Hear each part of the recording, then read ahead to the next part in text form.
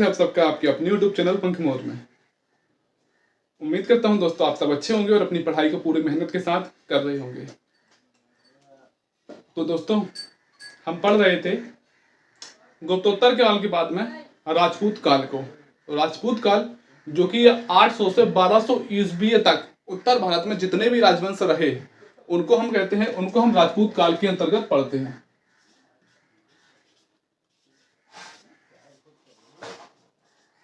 राजपूत काल जो कि 800 ईस्वी से लेके 1200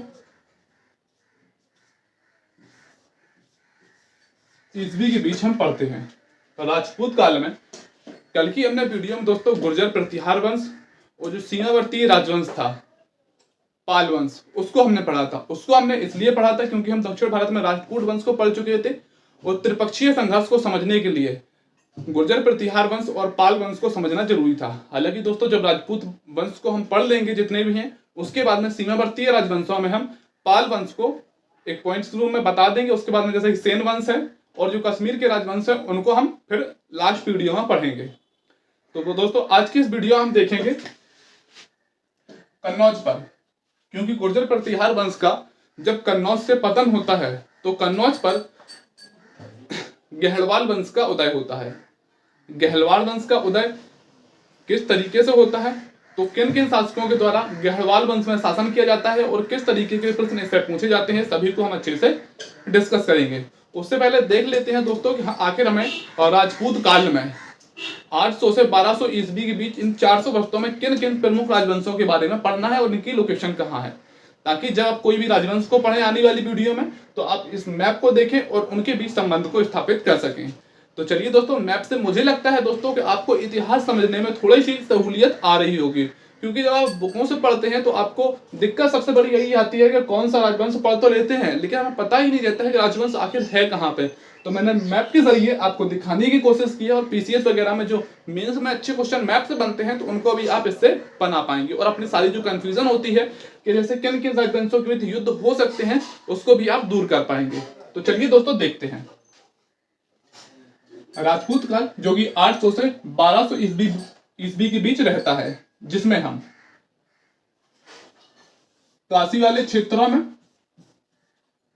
गहलवाल वंश को, कन्नौज वाले क्षेत्रों में हमने पहले वाली वीडियो में इससे गुर्जर प्रतिहार वंश को देखा, सीमावर्ती राजवंशों में इससे पहली वाली वीडियो हमने पाल वंश को पढ़ा था। और चूंकि मैंने बताया था कि पाल वंश का जब अंत होता है तो पाल वंश के स्थान पर ही संपूर्ण समस्त क्षेत्र पर जहां पर पाल वंश था वहीं पर सेन वंश का उदय होता है। सेन वंश संपूर्ण उत्तर प्रदेश के बुंदेलखंड वाले क्षेत्रों में और मध्य प्रदेश तथा सोनभद्र के बीच वाले क्षेत्रों में चंदेल राजवंश था। कौन सा दोस्तों? चंदेल राजवंश। इसके बाद में हम देखते हैं कि गुजरात वाले क्षेत्रों में परमार वंश के दक्षिण में गुजरात वाले क्षेत्रों में था सोलंकी वंश। कौन सा दोस्तों? सोलंकी वंश।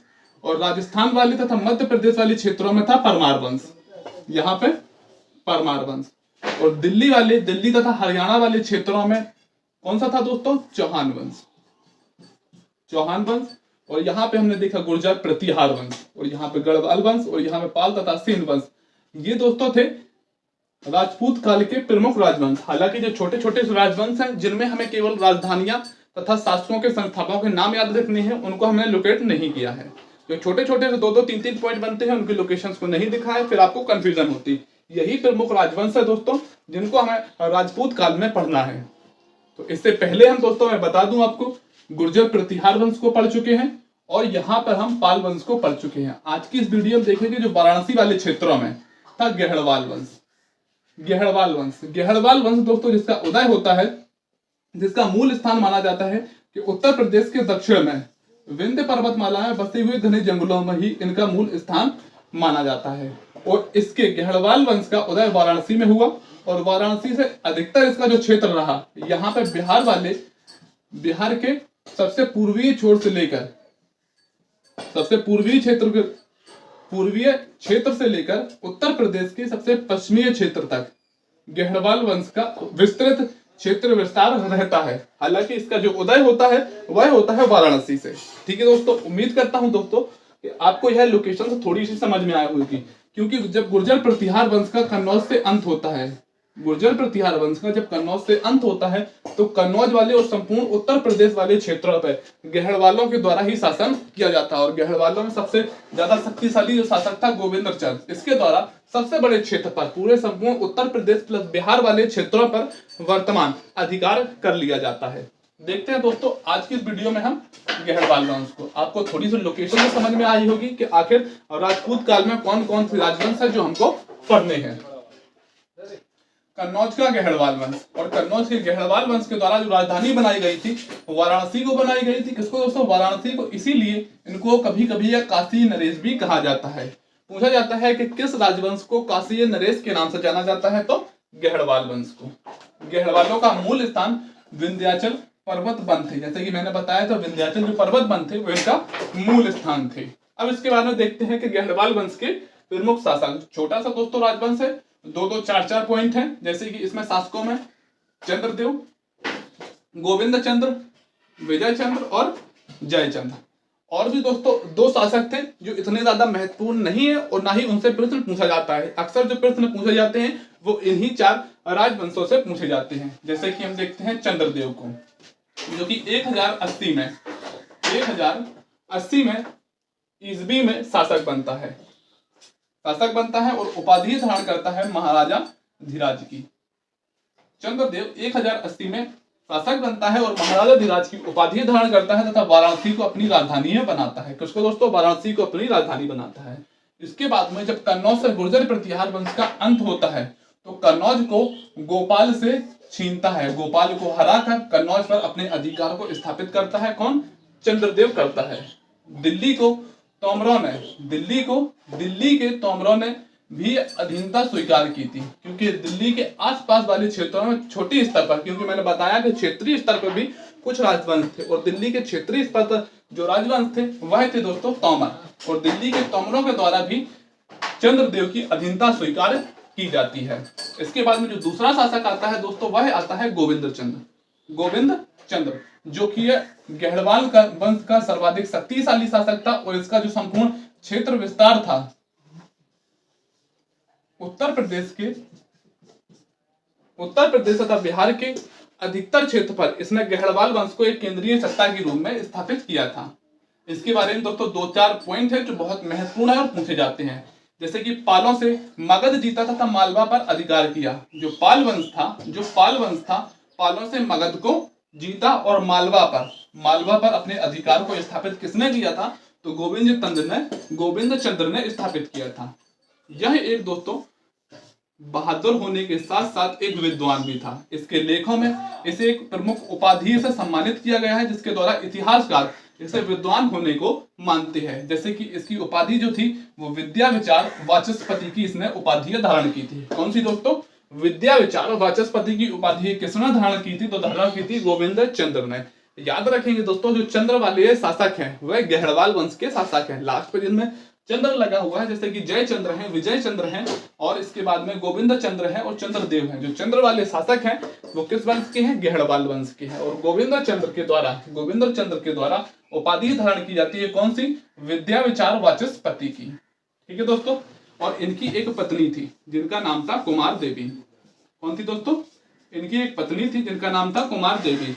कुमार देवी के द्वारा सारनाथ में एक अभिलेख को स्थापित करवाया जाता है तथा एक विहार का भी निर्माण किया जाता है। किसका दोस्तों? एक विहार का भी निर्माण करवाया जाता है, बौद्ध विहार का, और जिसमें हरि का अवतार किसे कहा गया है? तो गोविंद चंद्र को। कुमार देवी जो कि गोविंद चंद्र की पत्नी थी, सारनाथ में एक अभिलेख में गोविंद चंद्र को हरि का अवतार कहा गया है। क्यों कहा गया है? कि गोविंद चंद्र ने तुर्कीय आक्रमण से, क्योंकि अरब आक्रमण तो होने ही लगे थे 712 ईस्वी से दोस्तों, और इसी बीच 10,000 ईस्वी के बीच होते हैं दोस्तों तुर्की आक्रमण। और तुर्की आक्रमण से भारत की रक्षा करने के लिए उनकी पत्नी के द्वारा हरि के अवतार की उपाधि इन्हें दी जाती है। और इनके दरबार में एक मंत्री थे जो कि बहुत ही विद्वान मंत्री थे, जिनका नाम था लक्ष्मीधर। क्या नाम था दोस्तों? लक्ष्मीधर था। और लक्ष्मीधर के द्वारा एक पुस्तक लिखी जाती है जिसका नाम है कृत्य कल्पतरु। कौन सी दोस्तों? कृत्य कल्पतरु एक पुस्तक लिखी जाती है जो कि किसके द्वारा लिखी गई थी? लक्ष्मणधर के द्वारा लिखी गई थी। यह दोस्तों यूपीपीसीएस में कई बार पूछा गया है और बीपीएससी में कई बार पूछा गया है और अन्य स्टेट जैसे आरएस वगैरह में भी कई बार पूछा जा चुका है कि लक्ष्मीधर किनके दरबार में थे? तो गोविंद चंद्र के दरबार में थे। इनके द्वारा कौन सी पुस्तक लिखी गई है? कृत्य कल्पतरु लिखी गई है। आप याद रखेंगे दोस्तों, लक्ष्मीधर जो कि एक विद्वान मंत्री थे, कोई कवि दोस्तों नहीं थे, विद्वान मंत्री थे गोविंद चंद्र के। इसके बाद में दोस्तों आते हैं जयचंद्र। कौन दोस्तों? विजय चंद्र। विजय चंद्र जिनके समय में लक्ष्मण सेन का आक्रमण हुआ था। अब लक्ष्मण सेन दोस्तों कौन थे? लक्ष्मण सेन जैसा कि मैंने बताया यहाँ पर था दोस्तों गेहड़वाल, यहाँ पर बंगाल वाले क्षेत्रों में थे। कौन दोस्तों? पाल वंश। जो कि पाल वंश का जब अंत होता है तो पाल वंश के संपूर्ण क्षेत्र पर सेन वंश का उदय होता है और सेन वंश का ही एक शासक था लक्ष्मण सेन। लक्ष्मण सेन का आक्रमण होता है गेहड़वाल वंश के ऊपर। किसके शासनकाल में? विजय चंद्र। और लक्ष्मण सेन का आक्रमण हुआ किसके शासनकाल में हुआ? विजय चंद्र के शासनकाल में हुआ और लक्ष्मण सेन के द्वारा विजय चंद्र को पराजित भी किया गया। दिल्ली चौहानों के हाथ में चला गया। दिल्ली जो कि गोविंद चंद्र के शासनकाल में दिल्ली पर गहरवालों का शासन हुआ करता है। जैसे ही दोस्तों विजय चंद्र गद्दी पर बैठता है तो एक कमजोर शासक था और इसी के समय दिल्ली चौहानों के, जो कि चौहान मैंने बताया कि दिल्ली वाले क्षेत्रों में थे, चौहानों के हाथों में दिल्ली चला जाता है। और इसके बाद में जो चौथे शासक आते हैं, काफी दोस्तों महत्वपूर्ण शासक है और आपने इनके बारे में पढ़ा भी होगा क्योंकि 1194 में जो चंदावर का युद्ध होता है इटावा के पास में, वो होता है दोस्तों जयचंद्र और मोहम्मद गौरी के बीच। देखते हैं दोस्तों जयचंद्र जो कि 1170 से लेके 1194 तक शासन करते हैं और जो कि गेहड़वाल वंश के अंतिम शासक थे। कौन थे दोस्तों? गेहड़वाल वंश के अंतिम शासक थे जयचंद्र। और जयचंद्र किसके समकालीन थे? तो चौहान वंश के शासक पृथ्वीराज तृतीय। अब दोस्तों याद रखेंगे पृथ्वीराज तृतीय को। पृथ्वीराज तृतीय कौन है? पृथ्वीराज तृतीय वही है जिन्हें हम पृथ्वीराज चौहान के नाम से जानते हैं। एग्जाम में दोस्तों यह प्रश्न कई बार पूछा गया है कि पृथ्वीराज तृतीय कौन है या पृथ्वीराज चौहान कौन थे? तो कौन थे दोस्तों? पृथ्वीराज तृतीय ही पृथ्वीराज चौहान थे। इनका आपको तृतीय खासकर याद रखना है जो कि चौहान वंश से थे। और जयचंद्र तथा पृथ्वीराज चौहान के बीच कई बार युद्ध हुए हैं, कई बार युद्ध हुए। अब युद्ध किसको लेकर हुए हैं तो देखते हैं।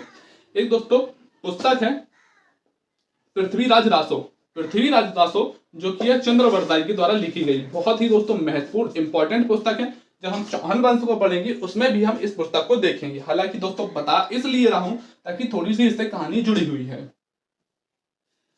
चंद्रवरदाई के द्वारा एक पुस्तक लिखी जाती है जिसका नाम है पृथ्वीराज रासो। क्या दोस्तों? पृथ्वीराज रासो किसके द्वारा? चंद्रवरदाई के द्वारा लिखी जाती है। अब इसमें दोस्तों लिखा क्या है? पृथ्वीराज चौहान तथा जयचंद्र के बीच शत्रुता का, पृथ्वीराज चौहान और जयचंद्र के बीच शत्रुता का जो वर्णन हमें देखने को मिलता है वह किसमें देखने में? पृथ्वीराज रासो में देखने को मिलता है। और पृथ्वीराज रासो से ही पता चलता है कि जयचंद्र की पुत्री थी जिसका नाम था संयोगता। कौन दोस्तों? संयोगता। और जो पृथ्वीराज चौहान थे वह संयोगता से प्रेम करते थे और इसी कारणवश जो जयचंद्र थे, जयचंद्र संयोगता का विवाह करने के लिए स्वयंवर का आयोजन करते हैं पृथ्वीराज चौहान को बताए बिना। और पृथ्वीराज चौहान संयोगता की मर्जी से संयोगता का अपहरण करते हैं। क्या करते हैं दोस्तों? संयोगता का अपहरण करते हैं। किससे पता चलता है? तो पृथ्वीराज रासो से पता चलता है। संयोगता कौन थी? तो जयचंद्र की पुत्री थी। कौन थी दोस्तों? जयचंद्र की पुत्री थी दोस्तों संयोगता, जिसका अपहरण किसने किया था? तो पृथ्वीराज तृतीय पृथ्वीराज चौहान ने किया था। इसी कारणवश जो जयचंद्र थे इसलिए सुदृढ़ या इतनी शक्तिशाली स्थिति में नहीं थे कि पृथ्वीराज चौहान को हरा सकते थे। इसीलिए क्या किया? तो जयचंद्र ने, इतिहासकारों के अनुसार जयचंद्र ने ही मोहम्मद गौरी को आमंत्रित किया था। मोहम्मद गौरी ने को आमंत्रित किया कि वो आके पृथ्वीराज चौहान से युद्ध करे और उसे हराएं। ठीक है दोस्तों। अंततः होता क्या है कि मोहम्मद गौरी भारत पर आते हैं और मोहम्मद गौरी, आप जो मध्यकालीन भारत को पढ़ेंगे हम उसमें हम देखेंगे कि तराइन का प्रथम और तराइन का द्वितीय युद्ध किनके बीच होता है। थोड़ा सा आप देख लीजिए, आप नोट पॉइंट के रूप में लिख लेंगे कि तराइन का प्रथम एवं द्वितीय युद्ध होता है। तराइन का प्रथम युद्ध होता है 1191 में, तराइन का द्वितीय युद्ध होता है 1192 ईस्वी में। जिसमें पहले युद्ध में क्या होता है? मोहम्मद गौरी को पृथ्वीराज चौहान जो थे पृथ्वीराज तृतीय हरा देते हैं। इसमें होता क्या है? मोहम्मद गौरी तराइन के पहले युद्ध में हार जाता है और तराइन के द्वितीय युद्ध में मोहम्मद गौरी जीत जाता है। क्या होता है? मोहम्मद गौरी जीत जाता है और पृथ्वीराज चौहान हार जाते हैं। और जब पृथ्वीराज चौहान हारते हैं तो चौहान वंश का पृथ्वीराज चौहान की हार की वजह से ही अंत होना शुरू हो जाता है। तो दोस्तों एक बार फिर से देखते हैं। चंद्रवरकाई के द्वारा पृथ्वीराज रासो लिखी गई थी और संयोक्ता जयचंद्र की पुत्री थी। संयोक्ता का अपहरण किसने किया था? तो पृथ्वीराज चौहान ने किया था, जो कि चौहान वंश के शासक थे। पृथ्वीराज चौहान, जिन्हें पृथ्वीराज तृतीय के नाम से जाना जाता है। अब जयचंद्र के द्वारा दोस्तों मोहम्मद गौरी को आमंत्रित किया जाता है कि वह आकर पृथ्वीराज चौहान को हराएं, क्योंकि इनके बीच गेहड़वाल वंश और चौहान की वंश के बीच शत्रुता रहती थी। तो 1191 में मोहम्मद गौरी को पृथ्वीराज चौहान ने हराया और 1192 में मोहम्मद गौरी पृथ्वीराज चौहान को हराता है। ठीक है दोस्तों, अब अंततः होता क्या है? वही मोहम्मद गौरी जिसे जयचंद्र ने पृथ्वीराज चौहान को हराने के लिए बुलाया था, वह 1192 में तराइन के द्वितीय युद्ध में जीतने के पश्चात क्या करता है? होता है 1194 में चंदावर का युद्ध। 1194 में चंदावर का युद्ध, जिसमें एक और थे मोहम्मद गौरी का गुलाम कुतुबुद्दीन ऐबक। मोहम्मद गौरी का गुलाम कहें या दोस्तों कह सकते हैं सेनापति। एक और था मोहम्मद गौरी का गुलाम, आपको ऑप्शन में गौरी भी दे सकता है, कुतुबुद्दीन ऐबक दे सकता है, ये दोनों दे सकता है। चंदावर का युद्ध किनके बीच हुआ था? मोहम्मद गौरी या जयचंद्र के बीच, कुतुबुद्दीन ऐबक या जयचंद्र के बीच। चंदावर का युद्ध होता है जो कि होता है दोस्तों एटा, उत्तर प्रदेश। जो वर्तमान में एटा जो जिला है उत्तर प्रदेश का, वहीं पर होता है चंदावर मैदान में। 1194 में होता है। और होता क्या है कि मोहम्मद गौरी या मोहम्मद गौरी की गुलाम कुतुबुद्दीन ऐबक के द्वारा जयचंद्र को हराया जाता है और युद्ध क्षेत्र में ही उसको मार दिया जाता है। अब देख सकते हैं दोस्तों, जयचंद्र ने जिसे बुलाया वही 1194 में चंदावर की युद्ध में चंदावर उन्हीं के हाथों से मारा गया कि मोहम्मद गौरी के द्वारा जयचंद्र को हरा दिया जाता है और गेहड़वाल वंश का ही यहीं से अंत हो जाता है। गेहड़वाल वंश का अंत हो जाता है और कुतुबुद्दीन ऐबक के बाद इल्तुतमिश। अब गेहड़वाल वंश का अंत हो गया दोस्तों। कुतुबुद्दीन ऐबक के बाद कुतुबुद्दीन ऐबक का गुलाम इल्तुतमिश शासक बनता है और शासक बनता है जो कि गेहड़वाल वंश पर अपना शासन को स्थापित कर लेता है। हालांकि दोस्तों गेहड़वाल वंश जहां पर था, गेहड़वाल वंश के पतन के बाद में चंदेलों के द्वारा ही गेहड़वाल वंश पर अधिकार कर लिया जाता है। यह था दोस्तों हमारा गेहड़वाल वंश। चलिए दोस्तों एक बार फिर से देखते हैं थोड़ा सा। कन्नौज का गेहड़वाल वंश जो कि राजपूत काल के अंतर्गत वाराणसी वाले क्षेत्रों में अवस्थित था। इनका मूल स्थान विंध्याचल पर्वत श्रेणी थी, जिसमें प्रमुख शासक जो संस्थापक थे वह थे दोस्तों चंद्रदेव, जो कि 1180 में शासक बनते हैं। उपाधि महाराजा धिराज की धारण करते हैं, वाराणसी को कैपिटल बनाते हैं।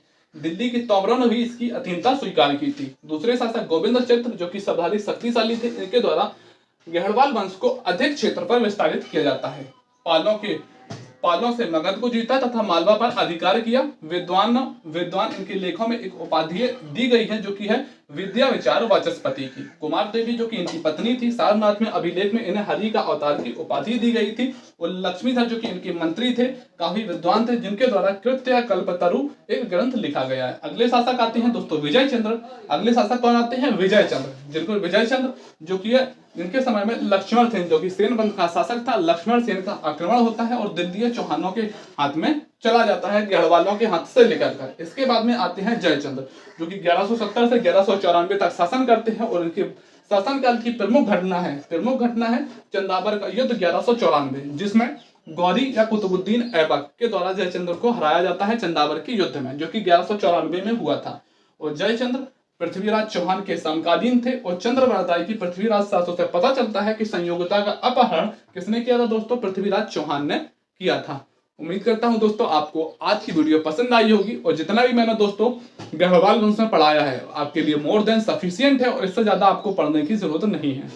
चलिए दोस्तों अपनी पढ़ाई को जारी रखिएगा, मैं आपके लिए पढ़े वीडियो बना रहा हूँ। और आपकी कमेंट्स पढ़कर भी दोस्तों अच्छा लगता है जब आप कमेंट्स करते हैं, सर आप काफी मेहनत कर रहे हैं, अच्छे से पढ़ा रहे हैं, चीजें समझ में आ रही हैं और हमसे प्रश्न भी जो नहीं बनते थे पहले अब बन रहे हैं। इसी तरह दोस्तों मेरा उद्देश्य ही सिर्फ आपको रहता है कि इतिहास को रटाने से ज्यादा मैं आपको समझाने पर जोर दूं। सबसे पहले मैं आपको लोकेशन से बताता हूं कि हाँ राजपूत काल में कौन कौन से राजवंश प्रमुख हैं और इनकी लोकेशन कहाँ है, ताकि आप क्लियर कर सके आखिर राजपूत काल क्या है और हमें क्या चीजों को पढ़ना है। फिर इसके बाद में दोस्तों हमने पढ़ना शुरू किए हैं उनके राजवंशों को। लोकेशंस के साथ हम राजवंश को पढ़ रहे हैं ताकि हमें परेशानी ना हो। और जो भी पॉइंट मैं दोस्तों लिखता हूँ, जिस भी शासक के बारे में बताता हूँ, तो आपको उसी तरीके से बताता हूँ कि आप ज़्यादा से ज़्यादा चीज़ों को कम शब्दों में याद रख सकें। तो चलिए दोस्तों, अपनी पढ़ाई को जारी रखिएगा। मिलते हैं अगली वीडियो में। जय हिंद।